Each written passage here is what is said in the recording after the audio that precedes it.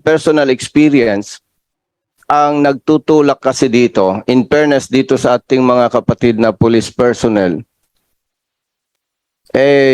naniniwala ako, itong mga ito ay sumusunod lang doon sa, mayroon kasi Mr. Chair na quota during my, naranasan ko po yan. So, sinisingil kami every Monday. Kailangan ma-meet mo yung quota, accomplishment.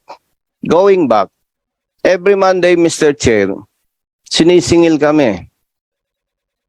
Parang, kapag ikaw ay chief of police at hindi mo na-meet yung quota, parang ang ramdam mo, anytime marirelieve ka na Isa sa hinahanap sa aming accomplishment, hindi ko lang alam ngayon, yung accomplishments doon sa mga nasa watch list.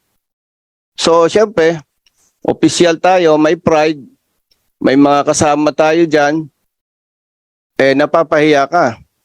Dahil parang ang dating, napakahina mong opisyal.